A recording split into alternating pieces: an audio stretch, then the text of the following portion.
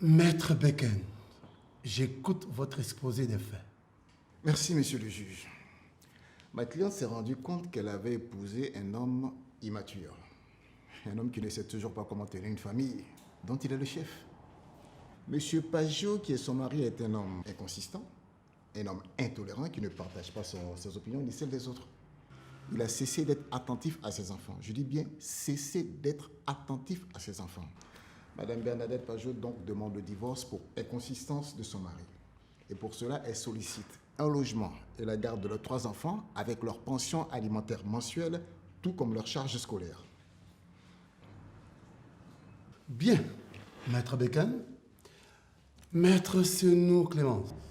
Merci, monsieur le juge. Lorsque mon client, ici présent, monsieur Pajot, rencontrait madame Bernadette Pajot, son épouse, ce n'était qu'une jeune fille de quartier difficile qui éprouvait des difficultés à trouver chaque jour de la nourriture. Il en tomba amoureux, disons amoureux de ce beau visage si innocent. Il décide donc de la prendre en charge et il l'épouse. 3 merveilleux enfants vont naître de cette union, monsieur le juge.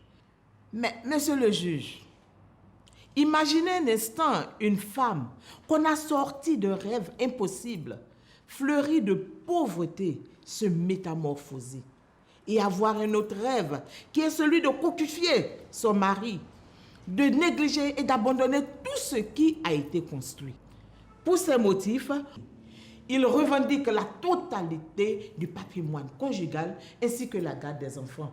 Merci, monsieur le juge. Maître Beken. Monsieur le juge. Oui, monsieur. Voulez-vous dire quelque chose? Je voudrais apporter une suggestion.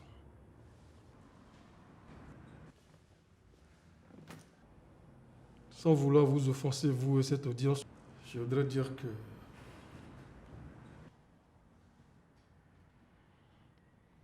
je désiste. Qu'est-ce qui se passe? Monsieur Pajot, pouvez-vous être un peu plus explicite? Je renonce définitivement à ma demande de divorce et à ce procès. Quoi? Je n'éprouve plus le besoin et l'envie de me séparer de ma femme. Je vous rappelle, monsieur Pajot, que le désistement d'instance et renonciation de l'action emporte extinction d'instance. Et pire encore, il n'y a aucun recours d'action possible. Le savez-vous, monsieur Pajot? Pas vraiment. Mais j'en assume toutes les conséquences. Alors, donnez-nous votre argument.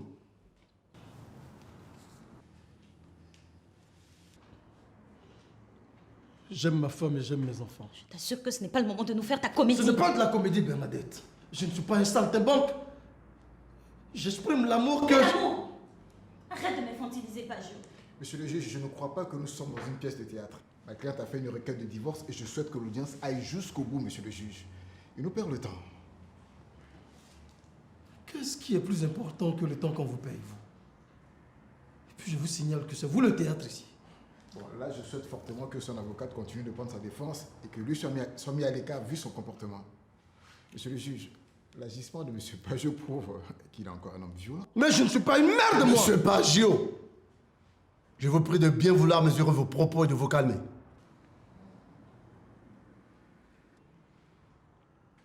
C'est quoi votre état d'âme, vous?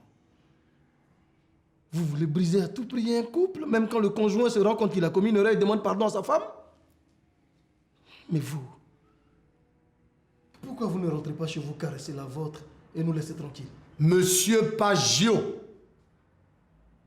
il est interdit de s'adresser directement à l'avocat du demandeur, encore moins au défendeur.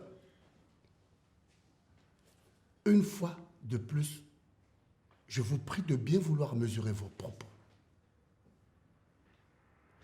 Bien, pour la reprise, je souhaiterais que ce soit vous, Maître Sanon, qui continuez de représenter votre client pour que ce soit assez compréhensible. Quant à vous, Monsieur Pajot, votre suggestion de désistement pourra vous être accordée, sauf que votre épouse a également déposé sa requête pour un divorce.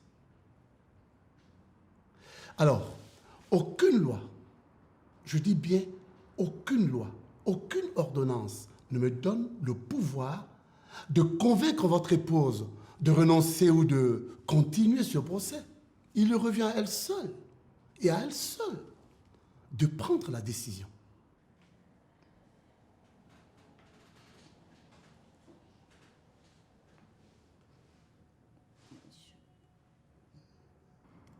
Je ne désiste pas. Bien. L'audience se continue. Mais pas pour prononcer le divorce.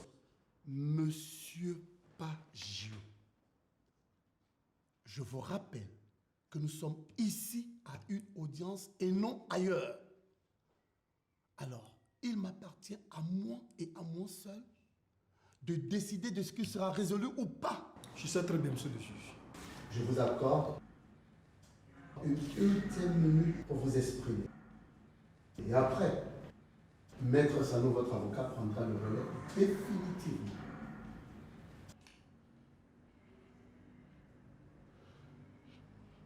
Vous venez tous d'une famille, vous. Vous en connaissez l'importance. Même quand certaines sont brisées, vous en connaissez les dégâts dans nos vies. Moi, je me bats pour récupérer ma femme. Je refuse que ma famille et mon union avec ma femme soient destructibles. Monsieur le juge, je sais très bien que j'ai accepté de divorcer par le passé. Mais il ne se fait jamais trop tard. Attendez, il est permis. Il est conseillé de se repentir quand on a commis des erreurs. Et moi, je refuse de divorcer juste pour faire plaisir à mon orgueil. Je refuse de satisfaire mon orgueil. Vous avez terminé là? Non, monsieur le juge, je ne fais que commencer. J'ai vu des enfants devenir autre chose que ce qu'ils ne voulaient à cause des bagailles et engueulades incessantes de leurs parents, à cause de la séparation de leurs parents. Certains même sont allés plus loin. Ils sont allés jusqu'au carnage.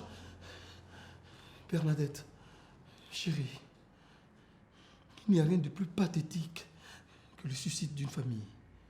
S'il te plaît, chérie, si tu tiens toujours à divorcer, je te comprendrai. Je suis même prêt à t'aider.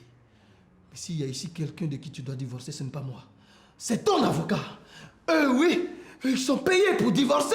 Ils sont payés pour gagner des procès. Mais nous, personne ne nous paye pour divorcer, Bernadette. Non. Écoute, pensons au bien-être de nos enfants. Pensons à l'avenir de nos enfants, Bernadette. Hein? Ne nous laissons pas une famille divorcée. Ne nous laissons pas une famille handicapée par le divorce. Il n'en existe aucune prothèse. Écoute, c'est vrai que après ce procès, on pourra obtenir la garde de nos enfants. On aura divorcé, on pourra se remarier avec quelqu'un d'autre. Mais ce nouveau mariage, cette nouvelle famille va forcément marcher avec une béquille. Et tu peux me croire. Je vous rappelle, Monsieur Pajot, que vous avez déjà eu plusieurs audiences ici pour tentative de réconciliation. C'était de l'ignorance, monsieur le juge. Et vous étiez d'accord tous les deux pour la procédure de divorce? Oui, Regarde. oui, mais c'était pas l'ignorance, monsieur le juge. Quand les conflits conjugaux déclenchent, on tombe dans la surenchère et on a une seule phrase. On a envie de dire des choses pour blesser l'autre et la seule phrase, c'est « je veux divorcer ». Mais on ne mesure pas toujours les conséquences de cette phrase dans notre vie. Et vous avez signé l'ordonnance de non-conciliation. Je sais très bien ce que j'ai signé. C'est quoi ce pragmatisme? Je sais ce que j'ai signé sur un bout de papier, ce que je signe dans mon cœur. Je refuse de sacrifier l'équilibre parfait de ma famille au nom de votre bout de papier. Monsieur Pajot, je me vois obligé de vous exclure de cette audience pour avancer à la cour, à cette cour.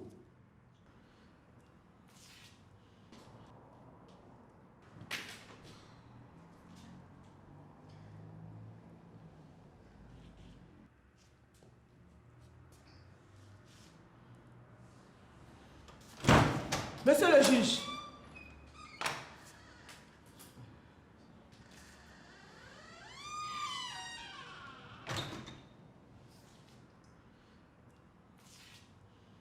Vous faites votre travail et moi, je pleure avec mon cœur. J'essaie de récupérer la femme que j'aime et vous m'en empêchez? Mais de quel droit? Et vous? Dites-moi qu'il n'y a aucun parmi vous qui n'a jamais demandé pardon à son conjoint ou à sa conjointe pour l'erreur qu'il aurait commise. Vous empêchez ma femme d'accepter la demande que je lui adresse, la demande de pardon que je lui adresse. Vous pensez que c'est normal? Personne ne peut m'empêcher de reconquérir ma femme, encore moins m'empêcher d'assister à cette audience. Et vous, faites attention au divorce que vous prononcez au couple que vous aidez à se séparer. Parce qu'avec votre maillet, vous contribuez à forger une humanité bâtarde et célibataire. Si vous vous croyez juste et loyaux, vous vous foutez le doigt dans l'œil. Le seul couple qui mérite de perdurer en amour ici, c'est le mien, avec ma femme qui est assise là. Bernadette, nous nous sommes aimés. Nous nous aimons et nous devons continuer de nous aimer tels des pigeons. Nos roucoulis sont doux. Hein? Je la connais. Elle n'est pas une femme facile. Même quand je lui faisais la cour, elle n'a pas accepté du premier abord. Non, il n'est pas bon qu'une femme soit facile. J'ai dû m'armer de persévérance, d'abnégation. Mais elle a fini par accepter. Laissez-lui un peu de temps. Elle finira par vous dire ce que j'attends d'elle.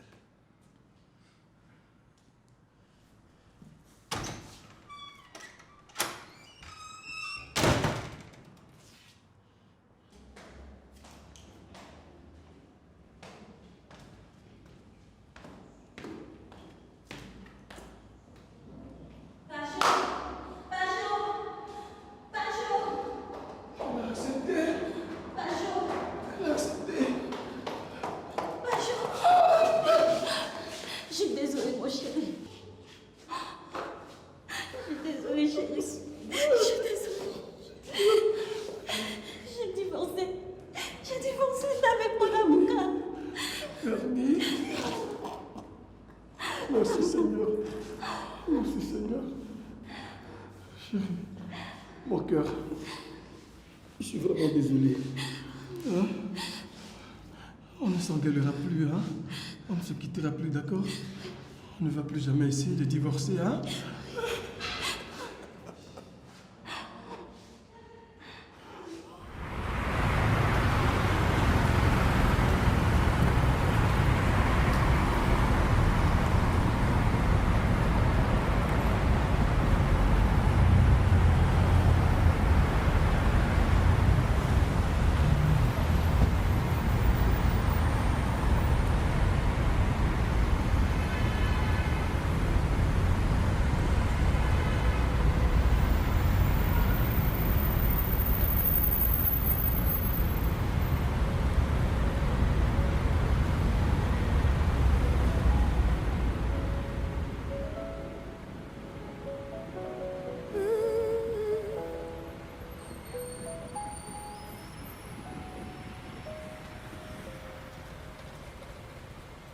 Sentiment d'inachevé, éternel a compris.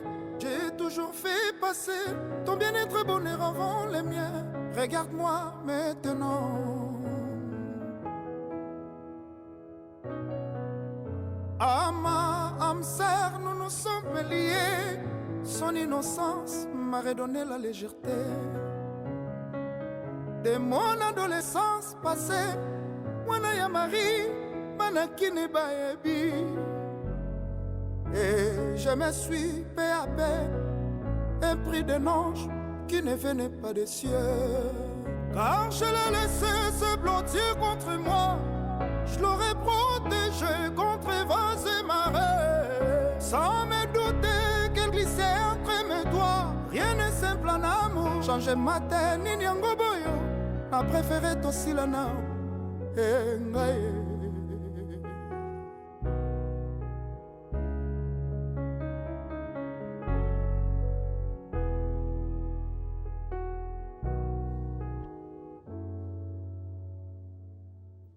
Ce matin s'annonce bien, les oiseaux chantent bien que tu sois parti.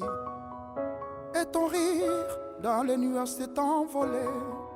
Mais qu'à côté que l'angandambois souvenir. De temps en temps, atana mosika, tolinganaka toujours kakanganaye. Car je l'ai laissé se blottir contre moi. J'ai fait le deuil sans pouvoir oublier. Comme le soleil, tu m'as ébloui les yeux. L'effroi me brûle. Regarde-moi maintenant.